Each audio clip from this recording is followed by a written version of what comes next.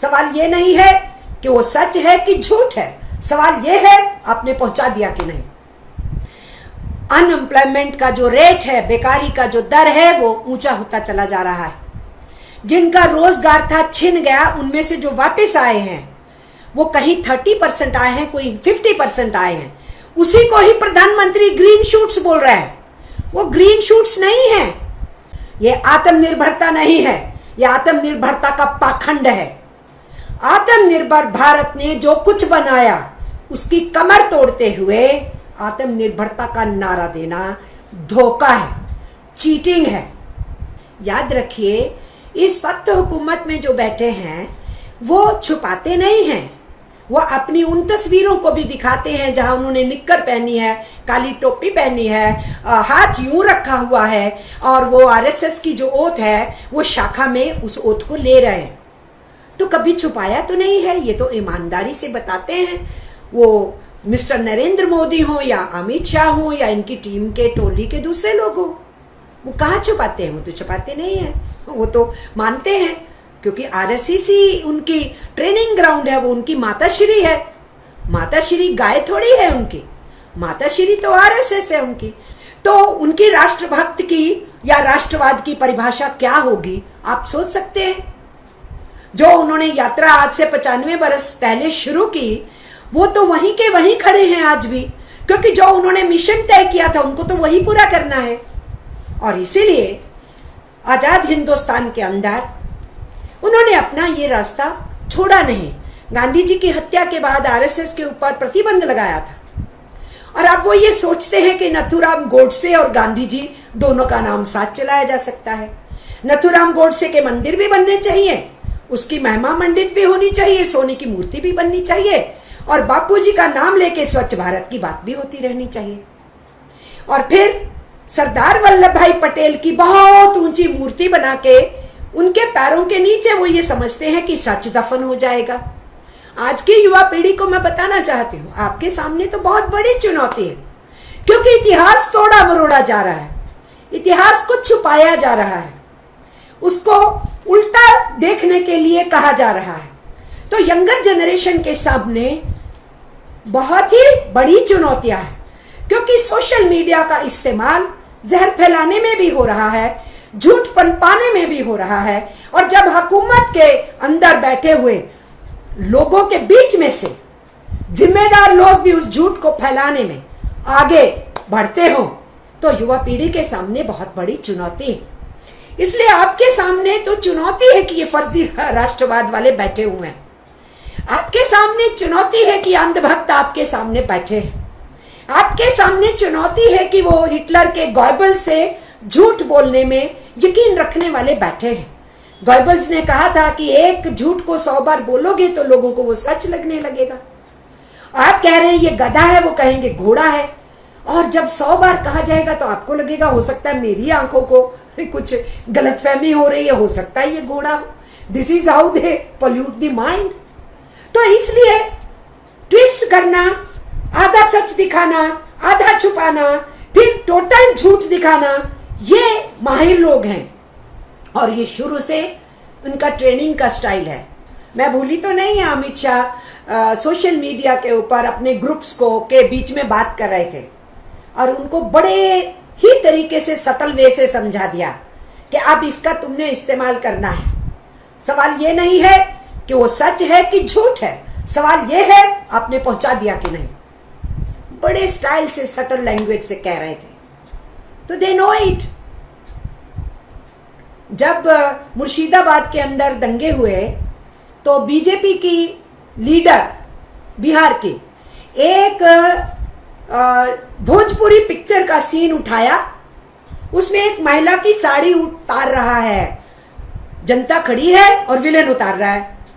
उसने उसके साथ इस सोशल मीडिया से थोड़ी प्लेइंग की, और जो विलेन है उसकी जगह एक मुसलमान दिखने वाले आदमी को दिखा दिया, महिला वही थी, और पूरा केवल बंगाल में नहीं पूरे हिंदुस्तान में उस व्हाट्सएप को घुमा दिया और कहा कि ये देखिए मुर्शिदाबाद में हिंदू औरतों की शरेआम कैसे इज्जत लूटी जा रही है मुस्लिम के द्वारा। और भोजपुरी फिल्म के सीन के साथ खिलवाड़ करके। और उस महिला ने एक बार भी माफी नहीं मांगी और बीजेपी ने नहीं कहा कि माफी मांगो।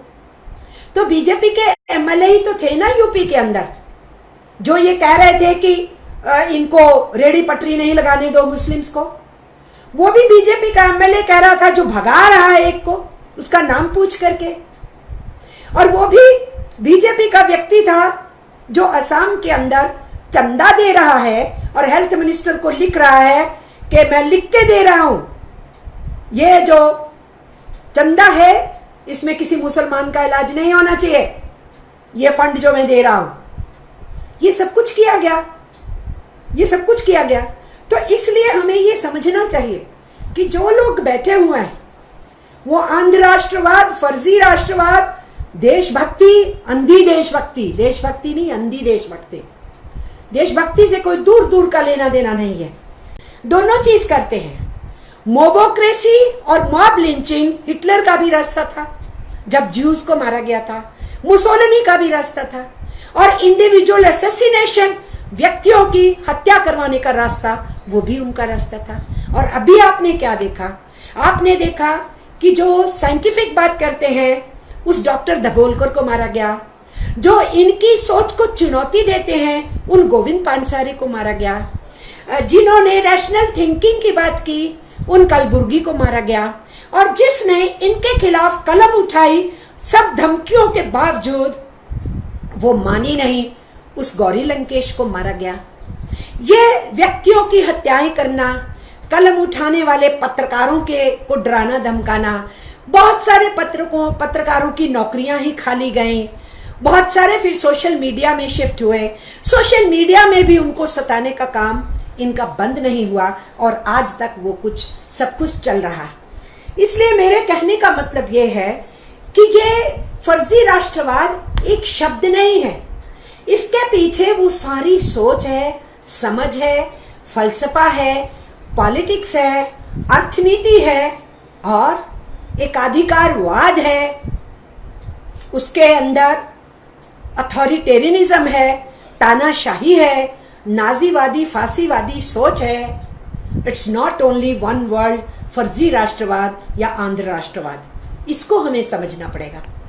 इसलिए हम अपने आवाम के साथ, अपने प्राकृतिक साधनों के साथ, हमारे देश के लोगों ने जो बनाया खड़ा किया उसके साथ, अपने पशुधन के साथ, अपने पक्षी जीवन के साथ, अपने जल जंगल जमीन के साथ अगर हम खड़े हैं और उसकी रक्षा में लड़ रहे हैं, ये राष्ट्रवाद है, ये देश के लिए है। उसमें भी अंधे होने का कोई गुंजाइश नहीं। हम दुनिया के साथ व्यापार भी करेंगे लेकिन अपने हितों की रक्षा करेंगे, ये हम बात कह रहे हैं। दुनिया के आगे अपने अर्थतंत्र को गुलाम नहीं होने देंगे, जिसका रास्ता नरेंद्र मोदी की सरकार का रास्ता है। आईएमएफ और विश्व बैंक के आगे, अंतरराष्ट्रीय पूंजी के आगे घुटने टेकना, अपने सार्वजनिक क्षेत्र को बेचना, अपने पब्लिक सेक्टर को तबाह करना, अपने जल जंगल जमीन को उनके हवाले करने का रास्ता अपनाना, ये राष्ट्रवाद नहीं है, ये फर्जी राष्ट्रवाद है, ये आत्मनिर्भरता नहीं है, ये आत्मनिर्भरता का पाखंड है। आत्मनिर्भर भारत ने जो कुछ बनाया उसकी कमर तोड़ते हुए आत्मनिर्भरता का नारा देना धोखा है, चीटिंग है। इनका आईटी सेल है, आईटी सेल का जो इंचार्ज है, जहर वहीं से शुरू होता है, वहां से सेंटेंस शुरू होते हैं। फिर नीचे जितने यंगस्टर बिछा रखे हैं साइबर कैफे में पेमेंट देके, वो सारे के सारे जाने बिना कि क्या उस ट्विटर पे आया, बस उसको रीट्वीट रीट्वीट रीट्वीट करते हैं। फिर कुछ चुने हुए इनके एमपी, कुछ एमएलए, कुछ मंत्री, फिर वो उसके ऊपर लग पड़ते हैं। पूरे देश के अंदर एक नैरेटिव क्रिएट करने की कोशिश की जाती है। सारे डेमोक्रेटिक इंस्टीट्यूशंस को एक एक करके इन्होंने पंगु किया है। बहुत से आरएसएस के लोग उसमें भर्ती कर दिए हैं, बहुत से उसके अंदर जो एक्सपर्ट हैंड्स थे उनको हटा दिया गया है, और हर इंस्ट्रूमेंट को ये इस्तेमाल कर रहे हैं। इसलिए जो गवर्नेंस का सिस्टम है, उस गवर्नेंस के सिस्टम में बहुत जगहों के ऊपर जो डेमोक्रेसी की रक्षा के रास्ते थे या उसको चलाने के रास्ते थे, उनमें होल्स कर दिए गए हैं, छेद कर दिए गए हैं। पुलिस सिस्टम का पूरा इस्तेमाल हो रहा है, आप दिन दिहाड़े देख रहे हो, आप तो उत्तर प्रदेश का हाल भी देख रहे हो। और फर्जी इनकाउंटर करना, एक रास्ता होता है क्रिमिनल्स के खिलाफ लड़ने के लिए, डिस्पाइट की सुप्रीम कोर्ट जजमेंट्स है, डिस्पाइट के रूल ऑफ लॉ अलाउ नहीं करता, डिस्पाइट के कॉन्स्टिट्यूशन अलाउ नहीं करता, डिस्पाइट के इंडियन पीनल कोड अलाउ नहीं करता, वो बोलते हैं कि वही रास्ता होता है। तो आप ये सोच सकते हैं, अगर सीबीआई का इस्तेमाल होता है, ईडी का इस्तेमाल होता है अपने विरोधियों के लिए, और फिर जिन्होंने अपनी सिटीजनशिप को बचाने के लिए आवाज उठाई सीएए के खिलाफ, अब चुन चुन करके उनको जेलों में ठूसने का अगर काम हो रहा है, आप सोच सकते हैं। तो यंगर जनरेशन में वो भी हैं जो अंधभक्त हैं, जो सारे इनके नारों में, मॉब लिंचिंग में भी आए, जो ट्रोलिंग भी करते हैं, जो जहर भी फैलाते हैं, जो बजरंग दलीय हैं या एबीवीपी का झंडा उठा करके इस नफरत को आगे बढ़ाते हैं, वो सब लोग भी हैं संघ परिवार के जितने आउटफिट्स बने हुए हैं। और जामिया मिलिया के बच्चे जो पिटे, जिनके ऊपर आक्रमण हुआ, उन्हीं विक्टिम बच्चों को अब जो है वो दिल्ली के दंगों के नाम के ऊपर फंसा फंसा के जेल में डालना शुरू कर दिया। तो पूरा इस्तेमाल हो रहा है criminal system, criminal justice system को तोड़ मरोड़ के इस्तेमाल करने की कोशिश की जा रही, पुलिस का इस्तेमाल हो रहा है। तो ऐसी सिचुएशन में ये फर्जी राष्ट्रवाद वाले जो हैं, ये कोई सिंपल टर्म है नहीं, ये कुर्सी में बैठे हैं और कुर्सी में बैठ करके हर इंस्ट्रूमेंट का ये इस्तेमाल कर रहे हैं। हमें समझना चाहिए चुनौती आज के युवाओं के सामने बहुत बड़ी है। तो आप ये देख सकते हैं कि देश के सामने किस तरीके से ये पेश आते हैं और अपने झूठ से आराम से बच निकलने की कोशिश करते हैं, और गोदी मीडिया पू पा उसी की डुगडुगी बजाता रहता है। और इनका जो पूरा का पूरा साइबर कैफे और ट्विटरिंग का इनका सिस्टम है, जो आईटी सेल है, वो अपना भोंपू चलाता है, नफरत भी फैलाता है और इनसे क्वेश्चन करने वालों की ट्रोलिंग भी करता है।